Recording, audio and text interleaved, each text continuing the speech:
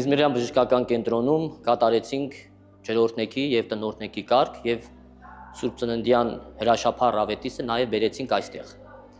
Սուրբ Ծնունդով Աստված մարդացավ, որպեսզի մարդը չմնա միայն իր ցավի մեջ։ Եվ այստեղ դա ամեն օր տեսնում ենք բժիշկների եւ բուժաշխատողների միջոցով։